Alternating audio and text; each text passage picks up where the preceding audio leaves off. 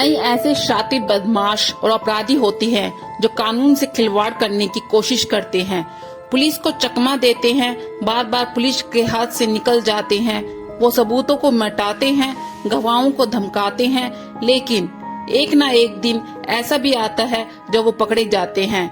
ये तो बात रही पेशेवर अपराधी की, लेकिन कई मामलों में ऐसा भी होता है कि कोई आम इंसान जिसका जुर्म की दुनिया से कोई नाता नहीं होता, लेकिन जब वो कोई जुर्म करता है तो पुलिस और कानून भी हैरान रह जाते हैं। कायम कथा में इस बार आपको बताएंगे एक ऐसी शातिर महिला की कहानी जिसने एक नहीं दो कत्ल किए और 1 साल तक कानून की आंखों में धूल झोंकती रही। तारीख 29 अगस्त 2022, जगह गुवाहाटी। उस दिन एक परेशान महिला जिले के नूनमाटी पुलिस थाने में पहुंची। वहां जाकर वंदना कलिता नाम की उस महिला ने पुलिस को एक शिकायत दर्ज करवाई और बताया कि उसके 32 वर्षीय पति अमरज्योति डे और 62 साल की सास शंकरी डे कहीं लापता हो गए हैं। उसने दोनों की तलाश करने की कोशिश की, लेकिन वो नहीं मिले। पुलिस को यह बात बताकर वो महिला रोने लगती है।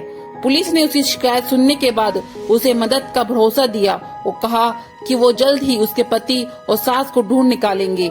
इसके बाद पुलिस ने उसकी शिकायत पर मामला दर्ज कर लिया और मामले की गंभीरता को समझते हुए छानबीन शुरू कर दी। पुलिस लापता हुए मां बेटे का सुराग लगाने की कोशिश कर रहे थे। उनके बारे में सभी थानों को इत्तला दी गई थी। आसपास के जिलों में भी पुलिस को उनके बारे में बताया गया, लेकिन उनका कोई सुराग नहीं मिला। फिर भी पुलिस अपना काम कर रही थी। नवंबर का महीना आ चुका था, तलाश जारी थी। इसी दौरान एक शख्स नूनमाटी पुलिस थाने पहुंचा।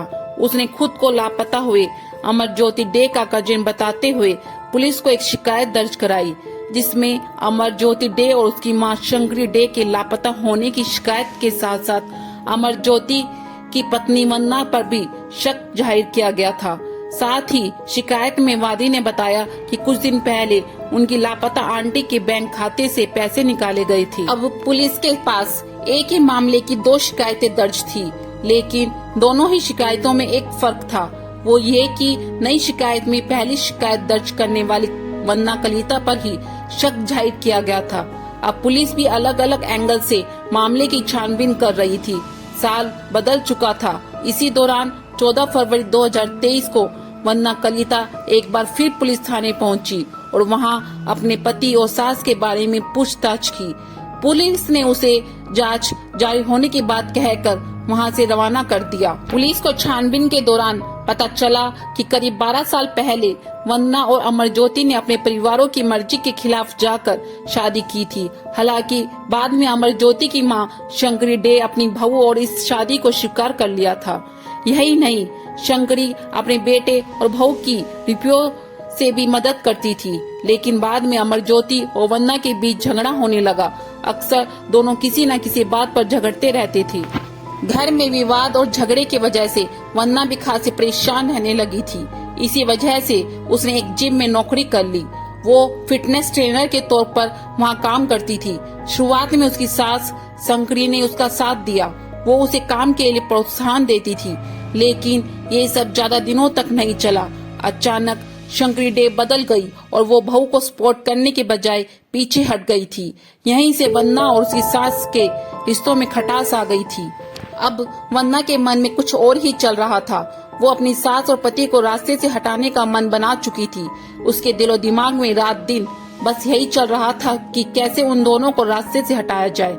उसे इस बात का एहसास भी था कि ये काम अकेले करना मुमकिन नहीं था। लिहाजा वंदना ने अपने 2 दोस्तों को अपनी सारी कहानी सुनाई और उन्हें भी अपने खौफनाक प्लान में शामिल कर लिया। अब बस उसे सही मौके की तलाश थी। उस 26 जनवरी 2022 उस दिन दोपहर का वक्त था। अमरज्योति किसी काम से भाग गया हुआ था। घर में शंकरी और उनकी बहू वंदना अकेली थी। शंकरी को जरा भी अंदाजा नहीं था कि अगले कुछ पलों में उनके साथ क्या होने वाला था। वो अपने में आराम कर रही थी, तभी वंदना वहाँ पहुँची और बेड पर चढ़ गई। इससे पहले कि उसकी सास शंकरी कुछ समझ पाती, वंदना ने उनके नाक और मुंह पर तकिया रख दिया। शंकरी छटपटाती रही, तड़पती रही, लेकिन वंदना ने उसे नहीं छोड़ा और कुछ देर बाद शंकरी का शरीर शांत हो गया। वो दम तोड़ चुकी थी। अब वंदना ने अपने प्लान मुताबिक फौरन अपने दो दोस्तों को कॉल करके अपने घर बुला लिया। वे दोनों शख्स वहां पहुंच चुके थे। अब तीनों मिलकर पहले तेजधार हथियार से शंकरी की लाश के 3 टुकड़े कर दिए, फिर उन टुकड़ों को पॉलीथीन में बांधकर कार की डिग्गी में डाला और पड़ोसी राज्य मेघालय की तरफ निकल गए। बॉर्डर क्रॉस करने के बाद उन्होंने शंकरी की लाश के टुकड़ों को अलग अलग जगह पर फेंक दिया और वापस गुवाहाटी लौट आए। अब अमरज्योति डे वापस आया और उसने अपनी माँ के बारे में पूछा तो वंदना ने बताया वो किसी काम से बाहर गई है, अभी तक लौटकर नहीं आई। इसके बाद वो अपने पति के साथ मिलकर शंकरी डे को तलाश करने का नाटक करती रही। वक्त बीतता जा रहा था। अब वंदना को उस मौके का इंतजार था जब वो अपने पति को रास्ते से हटा सके। इस दौरान वे शंकरी को तलाश करते रहे, लेकिन पुलिस के पास नहीं गए। पुलिस के मुताबिक आखिर वंदना को 17 अगस्त के दिन वो मौका मिल ही गया जिसकी उसे तलाश थी। उस दिन अमरज्योति डे और वंदना नरेंगी में अपने फ्लैट पर आए हुए थे। वो दोनों वहां अकेले थे। इसी दौरान वंदना ने अपने दोनों करीबी दोस्तों को फोन कर वहीं बुला लिया। अब मौका मिलते ही वंदना ने अपने दोनों साथियों के साथ मिलकर अमरज्योति पर एक रोड से हमला कर दिया। उन्होंने उस पर इतने वार किए कि उसकी मौत हो गई। अब बारी थी लाश को ठिकाने लगाने की, लिहाजा उन तीनों ने शंकरी की तरह ही अमरज्योति की लाश 5 टुकड़े कर दिए और फिर उन टुकड़ों को पॉलिथीन में पैक कर लिया। फिर उन 5 पॉलिथीन बैग को उन्होंने कार की डिग्गी में रखा और मेघालय की तरफ चल पड़े। फिर बॉर्डर पार करके उन्होंने लाश के टुकड़ों को अलग अलग जगह पर फेंक दिया और फिर वापस गुवाहाटी लौट आए। पकड़े जाने के बाद वंदना कलिता ने पूछताछ के दौरान पुलिस के सामने दावा करते हुए बताया कि उसका पति नशा करता था। इतना ही नहीं, उसकी कई लड़कियों के साथ दोस्ती थी। इन सब की वजह से ही उन दोनों के बीच आए दिन झगड़ा हुआ करते थे। पूछताछ के बाद गुवाहाटी पुलिस तीनों आरोपियों को पड़ोसी राज्य के उन ठिकानों पर ले गई जहां उन्होंने शंकरी डे और अमरज्योति की लाश के टुकड़े फेंके थे। इस काम के लिए मेघालय पुलिस की मदद ली गई। फिर चेरापूंजी के पास खासी हिल्स से शंकरी डे के लाश के टुकड़े बरामद किए गए।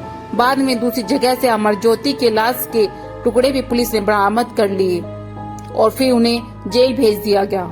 पति और पत्नी में झगड़े होना आम बात है, लेकिन पत्नी को ये हक नहीं है कि वो अपने ही पति को मौत के घाट उतार दे। आपकी क्या राय है? मेरे को कमेंट करके जरूर बताना। मेरे चैनल को भी लाइक एंड सब्सक्राइब करना। फिर मिलते हैं एक नई क्राइम स्टोरी के साथ। जब तक सतर्क रहें, सावधान रहें।